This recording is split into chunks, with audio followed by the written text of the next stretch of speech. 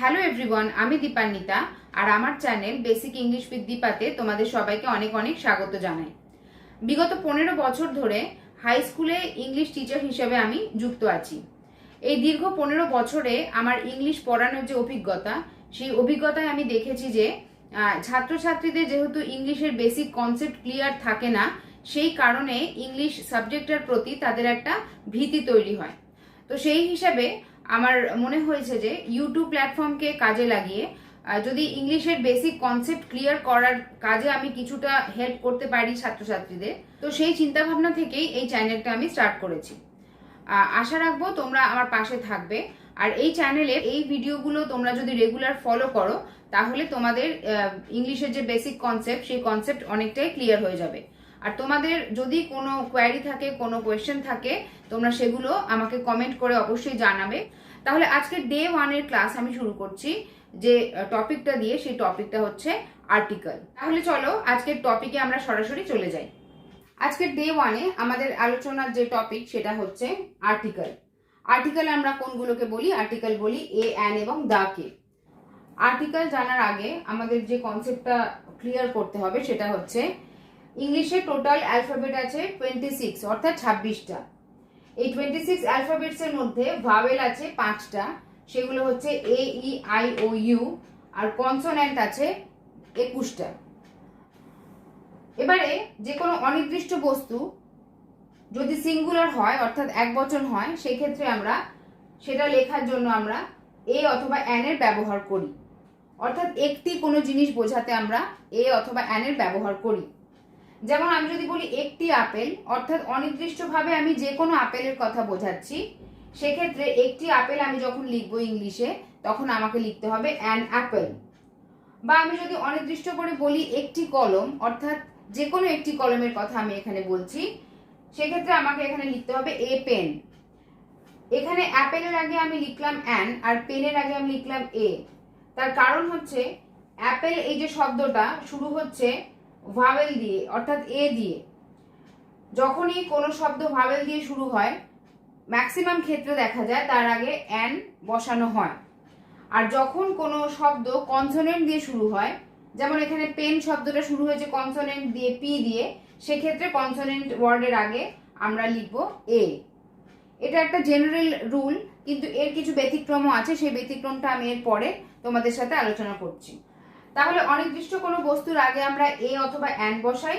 আর নির্দিষ্টভাবে যখন কোনো বস্তুকে বোঝানো হয়, সেটা সিঙ্গুলারই হোক বা একবচনই হোক অথবা প্লুরালই হোক, মানে বহুবচনই হোক, সেক্ষেত্রে কিন্তু আমরা দা বসাই। যেমন আপেলটি যখন আমরা লিখি তখন আমরা বলি দি অ্যাপেল। পেনটি যখন আমরা লিখি তখন আমরা বলি দ্য পেন। আপেলগুলি যখন আমরা বলি তখন আমি বলি দি অ্যাপেলস। এভাবে আমরা বলি। অর্থাৎ নির্দিষ্ট করে কোনো বস্তুকে বোঝানো হচ্ছে, সেক্ষেত্রে সিঙ্গুলার বা প্লুরালটা ম্যাটার করছে না, সেক্ষেত্রে সব ক্ষেত্রেই আমরা দা কথাটা ইউজ করছি।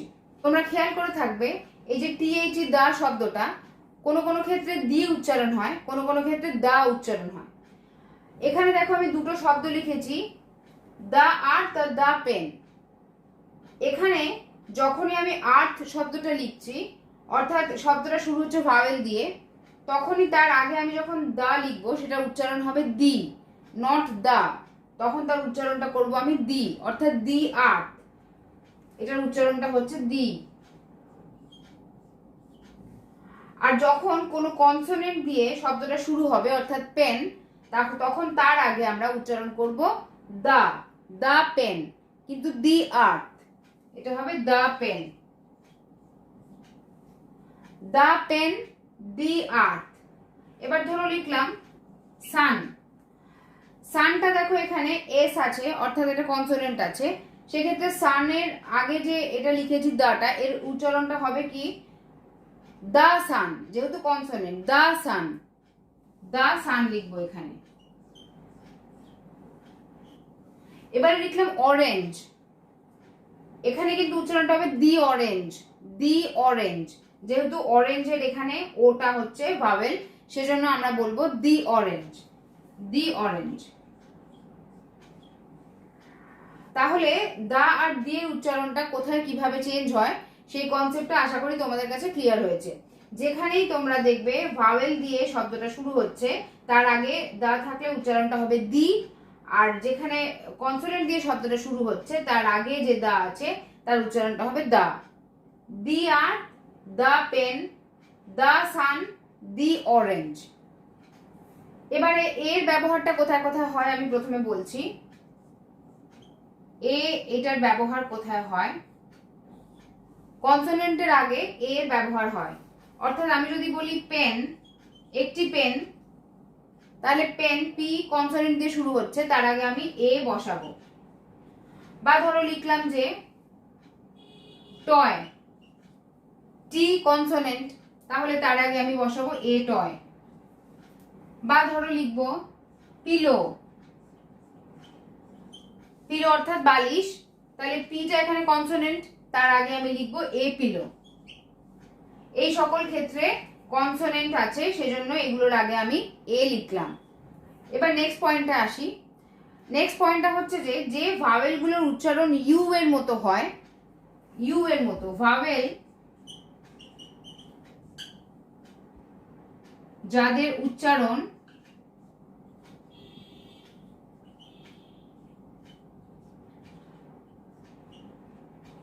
ইউ এর মতো, ইউ এর মতো হয়,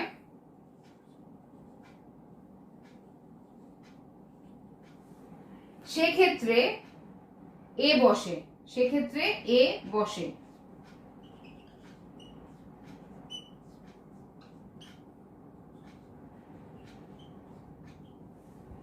যেমন আমি এক্সাম্পল তোমাদের দিচ্ছি, এখানে লিখলাম আমি ইউনিভার্সিটি, ইউনিভার্সিটি শুরু হচ্ছে ইউ দিয়ে, ইউটা ভাওয়েল, কিন্তু যেহেতু ইউ এখানে ইউনিভার্সিটির উচ্চারণটা ইউ এর মতো হচ্ছে, সেই কারণে ইউনিভার্সিটির আগে আমি এ লিখব। আরেকটা এক্সাম্পল আমি নিচ্ছি এখানে, ইউজফুল, ইউজফুল দেখো ইউজফুল ইউ দিয়ে শুরু হচ্ছে অর্থাৎ ভাওয়েল দিয়ে শুরু হচ্ছে, কিন্তু যেহেতু এর উচ্চারণটা ইউ এর মতো সেজন্য এর আগে আমি বসাবো এ।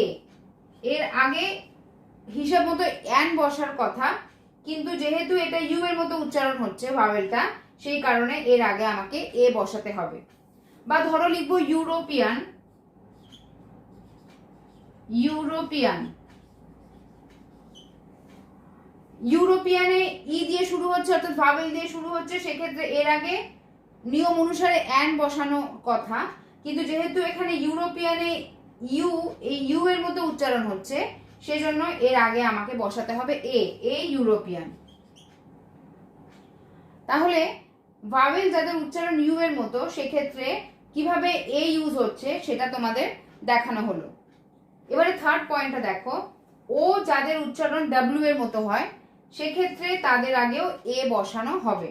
যেমন ওয়ান আইড ডিয়ার, ওয়ান এই ও দিয়ে শুরু হচ্ছে, ওটা ভাওয়েল, কিন্তু তার সত্ত্বেও এখানে যেহেতু ও এর উচ্চারণটা এখানে ওয়া এর মতো, ডাব্লিউ এর মতো হচ্ছে ওয়া, সেই কারণে ওয়ান এর আগে আমরা এখানে এ বসাবো, এ ওয়ান আইড ডিয়ার।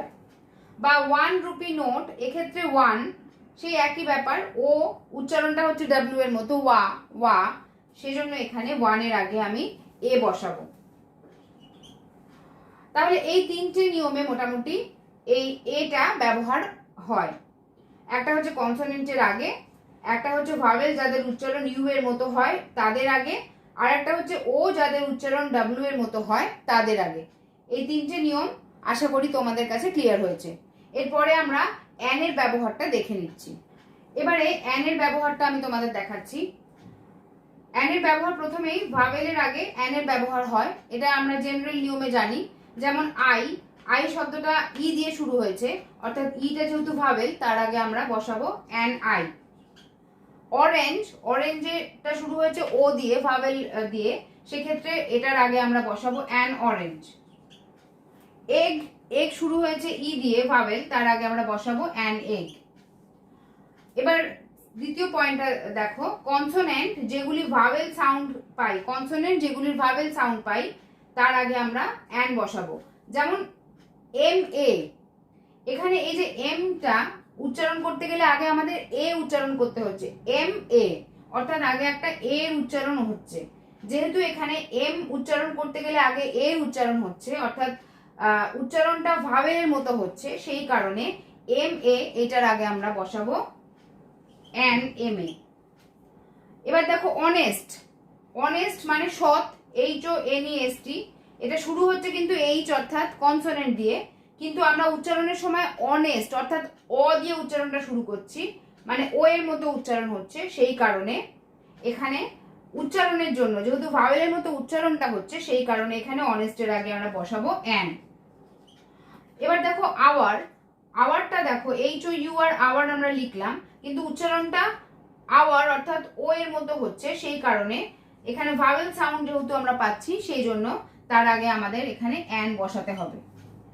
তাহলে এগুলো হচ্ছে এক্সেপশন, যেমন এম এটা এক্সেপশন, অনেস্ট, আওয়ার এগুলো সবই কিন্তু এক্সেপশন।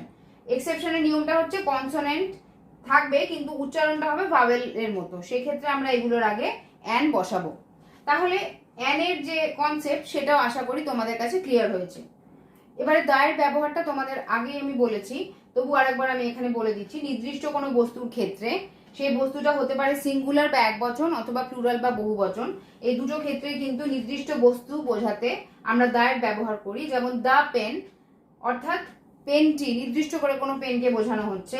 দ্য বলস অর্থাৎ বলগুলি, নির্দিষ্ট করে কিছু বলকে বোঝানো হচ্ছে দ্য বলস। আর প্রপার নাউন্স বিশেষ কোনো নামের ক্ষেত্রে, এটা যখন নাউন আমি তোমাদের সাথে আলোচনা করব তখন আরো ভালোভাবে এটা ডিসকাস করব। এখন আমি মোটামুটি বলে দিচ্ছি যে বিশেষ নামের ক্ষেত্রে আমরা দাটা ব্যবহার করি। যেরকম ধরো বিশেষ কোনো নদীর নাম, যেমন গঙ্গা, এই নদীর নামের আগে আমরা দা কথাটা ইউজ করি। দা হচ্ছে প্রপার, গঙ্গা হচ্ছে প্রপার নাউন, তার আগে আমরা দা ইউজ করেছি। বা ধরো হিমালয়া, হিমালয়া হচ্ছে একটা বিশেষ পর্বতের নাম, তার আগে আমরা দা ব্যবহার করলাম। আটলান্টিক অর্থাৎ আটলান্টিক মহাসাগর, তার আগে আমরা দা ব্যবহার করলাম। তাজমহল একটি স্মৃতিসৌধ, বিশেষ নাম বা প্রপার নাউন, তার আগে আমরা দা ব্যবহার করলাম। তাহলে এরকম বিশেষ যে নামগুলো হয় বিশেষ বস্তুর নামের আগে, আর বিশেষ করে যেগুলো ক্যাপিটাল লেটার দিয়ে যেগুলো শুরু হয় সেগুলো প্রপার নাউন হয়। ক্যাপিটাল লেটারে যেগুলো শুরু হয়েছে যেমন গঙ্গা, হিমালয়া, আটলান্টিক, তাজমহল, এইগুলো তার আগে আমরা দা কথাটা ইউজ করি। তাহলে এইভাবে আমরা দায়ের ব্যবহারটাও বুঝতে পারলাম। তাহলে আর্টিকেলের ওপর একটা মোটামুটি ধারণা তোমাদের আমি দিলাম, আশা করি তোমরা বুঝতে পেরেছো। তো আজকের এই আর্টিকেল চ্যাপ্টারটা যেটা তোমাদেরকে পড়ানো হলো, তার উপরে আমি এখানে 5টা ফিল আপ দিলাম তোমাদের। এই ফিল আপগুলোর মধ্যে এ অথবা অ্যান, এর মধ্যে যে কোনো এ দিয়ে অথবা অ্যান দিয়ে ফিল আপগুলো করতে হবে। এই ফিল আপটা তোমরা একটু ট্রাই করবে, এটা পরের দিন আমি তোমাদের সাথে বলে দেবো যে আনসারগুলো কোনটা কি হবে। তাহলে আশা করছি যে আজকের ভিডিওটা তোমাদের কাছে হেল্পফুল মনে হয়েছে। আর ভিডিওটা যদি ভালো লেগে থাকে তাহলে আমার চ্যানেলটাকে সাবস্ক্রাইব করে নেবে, আর রেগুলার আমার চ্যানেলটাকে ফলো করার অনুরোধ রইল। আর তোমাদের যে কোনো রকমের জিজ্ঞাসা থাকলে তোমরা কমেন্ট সেকশনে জিজ্ঞাসা করতে পারো, আমি তার উত্তরগুলো তোমাদের কমেন্ট সেকশনে অবশ্যই দেব। তাহলে আজকের জন্য এ পর্যন্তই, আবার আগামীকাল কোনো নতুন টপিক নিয়ে আমি তোমাদের সামনে আসব। ভিডিওটা আমি তাহলে এখানেই শেষ করছি। সবাই খুব ভালো থাকবে।